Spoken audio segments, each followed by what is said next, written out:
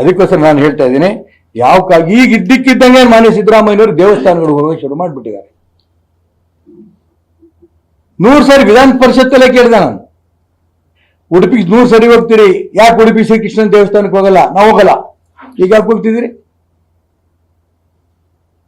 ಗಣಪತಿ, ಎಷ್ಟು ಗಣಪತಿಗಳು ನಿಮ್ಮ ಸರ್ಕಾರ ಇರುವಂತ ಸಂದರ್ಭದಲ್ಲಿ ಮುಗ್ಧ ಯುವಕರು ಭಾರತ್ ಮಾತಾ ಕಿ ಜೈ, ಒಂದೇ ಮಾತ್ರ ಅಂತ ಘೋಷಣೆಗಳು ಕೂಗ್ತಾ ಗಣಪತಿ ಪೂಜೆ ಮಾಡ್ಕೊಂಡು ಹೋಗಿ ಮೆರವಣಿಗೆ ಹೋದ್ರೆ ಆ ಹುಡುಗರ ಮೇಲೆ ಕೇಸ್ಗಳಾಗ್ತಾರೆ, FIR. ಏನ್ ತಪ್ಪು ಮಾಡಿದ್ದಾರೆ ಅವರು? ಮಸೀದಿಯಿಂದ ತಲ್ವಾರ್ ಹಿಡ್ಕೊಂಡ್ ಬರ್ತಾರೆ, ಮಸೀದಿಯಿಂದ ಪೆಟ್ರೋಲ್ ಬಾಂಬ್ ಹಿಡ್ಕೊಂಡ್ ಬರ್ತಾರೆ.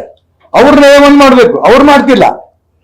A1 ನಾಗಮಂಗಲ್ ಕೇಸು 1ರಿಂದ 32ನೇ ತನಕ ಕೂಡ A1, A2, A3 ಎಲ್ಲ ಹಿಂದೂಗಳೇ, ಯುವಕರೇ, ಗಣಪತಿ ಇಟ್ಟವರು, ಪೆಟ್ರೋಲ್ ಬಂಕ್ ಎಲ್ಲ ಬಾಂಬ್ ಎದ್ದವರು, ತಲವಾರ್ ಹಿಡ್ಕೊಂಡ್ ಬಂದವರು, ಬಟ್ಟೆ ಅಂಗಡಿ ಸುಟ್ಟವರು, ಅವರೆಲ್ಲರೂ ಕೂಡ 33 ನಂತರ. ಇದು ನಿಮ್ ಹಿಂದೂ ಪರವಾಗಿರೋಂಥ ವ್ಯವಸ್ಥೆ.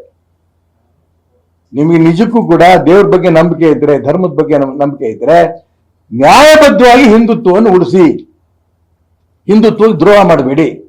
ಇದು ನನ್ನ ಒತ್ತಾಯ. ಇನ್ನು 2 ಬೇರೆ ಬೇರೆ ಅಂಶಗಳು. ನಗರಸಭೆ ಚುನಾವಣೆ ಬಗ್ಗೆ, ಮಹಾನಗರ ಪಾಲಿಕೆ ಚುನಾವಣೆ ಬಗ್ಗೆ ಏನೇನೋ ಸುದ್ದಿಗಳು ಬರ್ತಾ ಇದೆ. ಎಲೆಕ್ಷನ್ ಕಮಿಷನ್ ಹೇಳ್ಬಿಟ್ರು ಇದ್ದಕ್ಕಿದ್ದಂಗೆನೆ 3 ತಿಂಗಳ ಕೆಳಗೆ 15 ದಿನದಲ್ಲಿ ನೋಟಿಫಿಕೇಶನ್ ಮಾಡ್ತೀವಿ, ನವೆಂಬರ್ ತಿಂಗಳು ಚುನಾವಣೆ ನಡೆಸ್ತೀವಿ ಅಂತ. ಆದ್ರೆ ಇವತ್ತಿಂತ ಈ ತನಕನೂ ಕೂಡ ಅದು ಏನೂ ಇಲ್ಲ. ನಗರಸಭೆ ಚುನಾವಣೆ, ಮಹಾನಗರ ಪಾಲಿಕೆ ಚುನಾವಣೆ ಆಗುತ್ತೋ ಇಲ್ಲೋ, ಶಿವಮೊಗ್ಗ ಜನ ಅಂತೂ ಸಂಪೂರ್ಣ ಗೊಂದಲದಲ್ಲಿದ್ದಾರೆ. ಎಲೆಕ್ಷನ್ ವೋಟರ್ ಲಿಸ್ಟ್ ಕೊಟ್ಬಿಡ್ತೀವಿ, ಅಕ್ಟೋಬರ್ 9ನೇ ತಾರೀಕೊಳಗೆ ವೋಟರ್ ಲಿಸ್ಟ್ ಕೊಡ್ತೀವಿ, ನವೆಂಬರ್ ಚುನಾವಣೆ ಮಾಡ್ಬಿಡ್ತೀವಿ.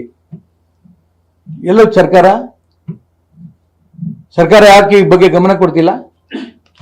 ಚುನಾವಣೆ ಅಂದ್ರೆ ನಿಮಗೆ ಭಯನಾ? ಶಿವಮೊಗ್ಗ ಇತಿಹಾಸದಲ್ಲಿ ಚುನಾಯಿತ ಪ್ರತಿನಿಧಿಗಳು ಇಲ್ದೇನೆ ವಿಜಯದಶಮಿ ಉತ್ಸವನ್ನ ಅಧಿಕಾರಿಗಳೇ ನಡೆಸ್ತಾ ಇರೋದು ಮೊದಲನೇ ಬಾರಿ. ಯಾವಾಗಲೂ ಕೂಡ ಚುನಾಯಿತ ಪ್ರತಿನಿಧಿಗಳ ಮುಖಾಂತರ ಇಡೀ ಶಿವಮೊಗ್ಗ ನಗರದ ಲಕ್ಷಾಂತರ ಹಿಂದೂಗಳು ಒಟ್ಟೊಟ್ಟಿಗೆ ಸೇರ್ಕೊಂಡು ವೈಭವದಿಂದ ಇದನ್ನ ವಿಜಯದಶಮಿ ಉತ್ಸವನ ಆಚರಣೆ ಮಾಡ್ಕೊಂಡು ಬಂದಿದ್ವಿ. ಈ ಸರಿ ಅಧಿಕಾರಿಗಳು ಕೈ ಕೊಡ್ತೀರಾ? ದಯವಿಟ್ಟು ನಾನು ಒತ್ತಾಯ ಮಾಡ್ತೀನಿ, ತಕ್ಷಣ ಈ ಒಂದು ಮಹಾನಗರ ಪಾಲಿಕೆ ಚುನಾವಣೆಯನ್ನು ಕೂಡ ಮಾಡಬೇಕು ಅಂತ ಒತ್ತಾಯ ಮಾಡ್ತೀನಿ.